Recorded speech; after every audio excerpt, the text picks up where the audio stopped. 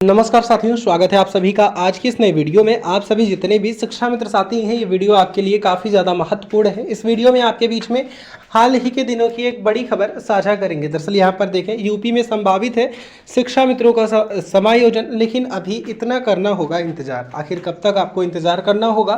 Proper तरीके से आगे वीडियो में सारी जानकारियाँ आप तक पहुँचाएंगे। सभी साथी वीडियो को पूरा देखें। चैनल को अभी तक आपने सब्सक्राइब नहीं किया है, सब्सक्राइब भी कर लें। अब चलते हैं अपडेट पर।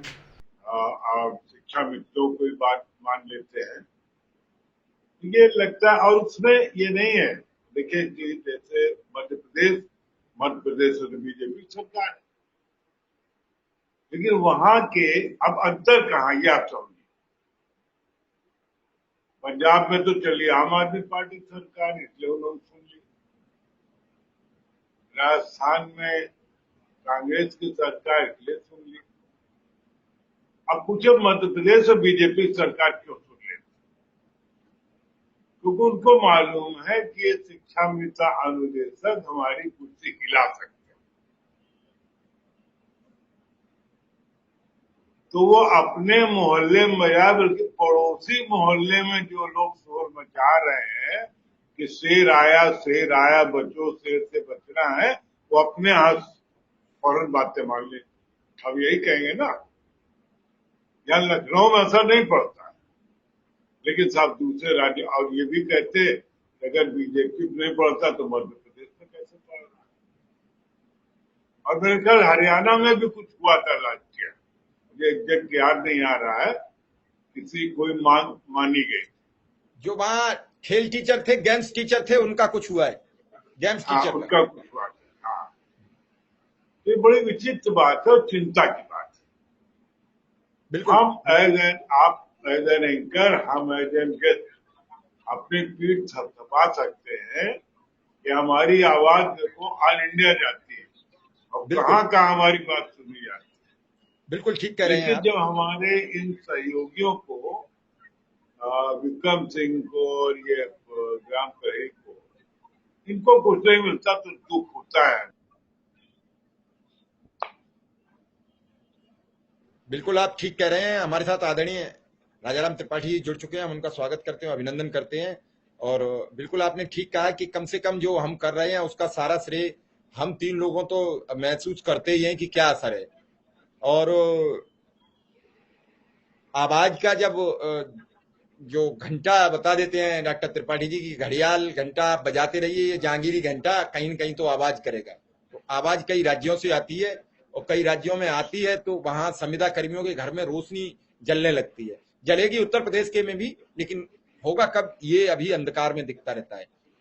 बाल मुकुंद जी, अब तो साइकिल मिल गई, परसों चर्चा साइकिल की तो साइकिल मिल गई।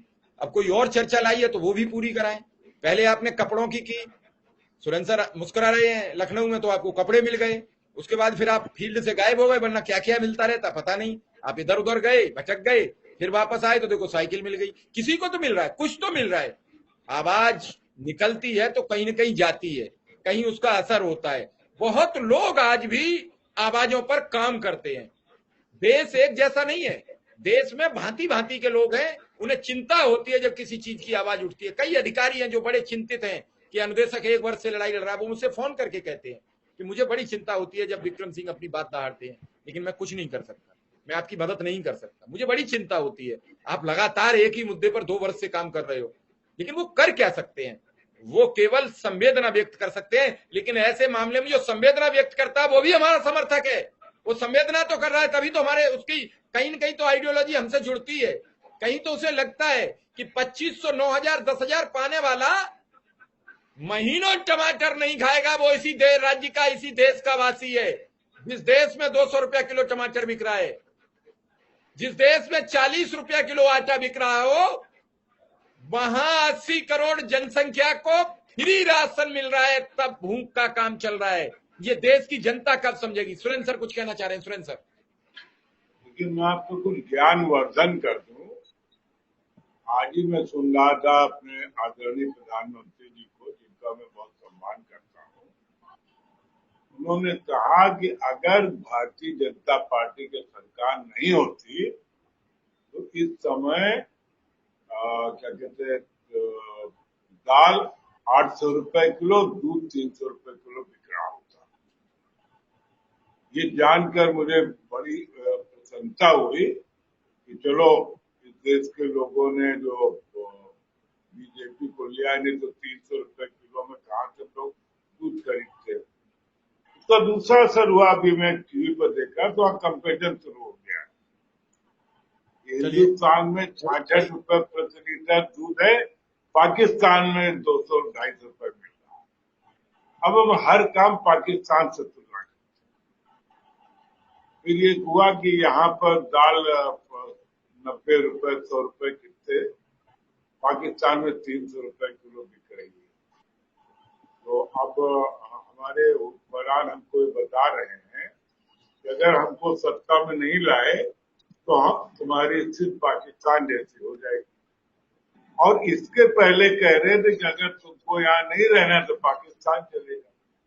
हमें समझ नहीं आता कि आखिर ये चाहते क्या, हमें कहाँ भेजना चाहते हैं और कहाँ रखना चाहते हैं।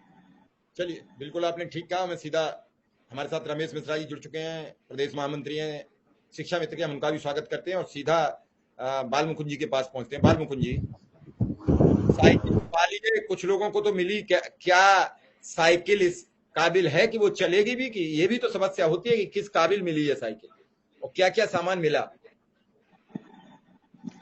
जी, सभी लोगों को मैं प्रणाम करता हूं 70,000 चौकीदार की तरफ से।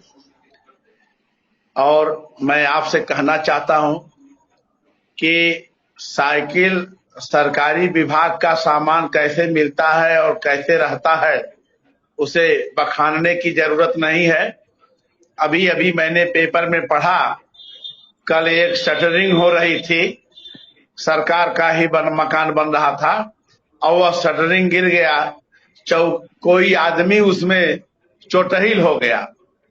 तो ये साइकिल है, इसका चिमटा कितना दिन तक चलेगा यह आप लोगों को बताने की जरूरत नहीं है, यह आप लोग बड़ी भांति से जानते हैं। लेकिन मैं एक चीज यह कहना चाहता हूं मिश्रा जी, आपके चैनल के माध्यम से और पूरे उत्तर प्रदेश के चौकीदारों से भी मैं कहना चाहता हूं, जो लोग यह डिबेट को देख रहे हैं, मैं उनको यह चेताना चाहता हूं कि पहली चीज तो शेयर और लाइक करते रहें और कमेंट भी करते रहें। कमेंट करने से ही हम लोगों का भला होगा और बकिया कुछ भी नहीं हो सकता। लेकिन मुझे चौकीदारी हमारी रहे या न रहे, लेकिन मैं यह चैलेंज करता हूं भारतीय जनता पार्टी या कोई भी मुख्यमंत्री हो, चाहे जो भी मुख्यमंत्री हो, मैं चौकीदारी के बल पर जिंदगी नहीं चल रही है, लेकिन चौकीदारी मैंने इसलिए किया है कि गरीबों का, शोषणों का जो ये लोग अत्याचार कर रहे हैं, आज 70 बरस से लेकर के 75 बरस से लेकर के आज तक इन लोगों के वेतन के खिलाफ कोई बोलने वाला नहीं था, थाने में कोई आवाज उठाने वाला नहीं था, कोई अपने जिले में मांग रखने वाला नहीं था। अंगूठा टेक बेचारे इतने पिछड़े लोग चौकीदार थे, जो पढ़े लिखे नहीं थे उन्हीं को चौकीदार बनाया जाता था। आज हमारे चौकीदार अच्छे अच्छे लोग चौकीदार के पद पे आ चुके हैं। मैं सभी लोगों का सम्मान करता हूं और मैं उन भाइयों से यह कहना चाहता हूं कि बिगुल बच चुका है। हमारे विक्रम भैया, हमारे त्रिपाठी जी, डॉक्टर साहब, राजा राम जी, किसान यूनियन के अध्यक्ष, राष्ट्रीय अध्यक्ष जी, और हमारे शिक्षा मित्र के प्रदेश अध्यक्ष जी, सब लोग संविदा कर्मी आ रहे हैं 5 सितंबर को। हम लोग उसके पहले एक बैठक करने लखनऊ में, और लखनऊ में करने के बाद उसके बाद लड़ाई को आगे लड़ा जाएगा। जैसे होगा वैसे लड़ाएगा, जिस स्तर से वो हमसे लड़ना चाहते हैं उस स्तर से हम लड़ेंगे। हमें कोई जरूरी नहीं है हम चौकीदार के पद पे रहें या न रहें, लेकिन मैं चेताना चाहता हूं, सरकार को भी चेताना चाहता हूं कि पूरे प्रदेश के लोग दे रहे हैं, संविदा कर्मियों को दे रहे हैं, उसके बाद जो अनुकंपा की नौकरी पाए हैं उनको दे रहे हैं। तो क्या चौकीदार ही एक सबसे बड़ा गरीब आदमी है? वह इतना गिरा हुआ निकृष्ट कर्मचारी है आपके उत्तर प्रदेश सरकार में, जो उसको आप वेतन नहीं दे सकते। अभी बिहार राज्य में चतुर्थ श्रेणी का दर्जा है, झारखंड में चतुर्थ श्रेणी का दर्जा है। 14,000 रुपया पंजाब हरियाणा की सरकार दे रही है चौकीदारों को, उनसे भी गैर गुजरे हैं। इनके प्रधानमंत्री जी कहते हैं कि न्यूनतम वेतन सभी लोगों को मिलना चाहिए, तो न्यूनतम वेतन कहाँ है? आज 5 साल का हम लोगों का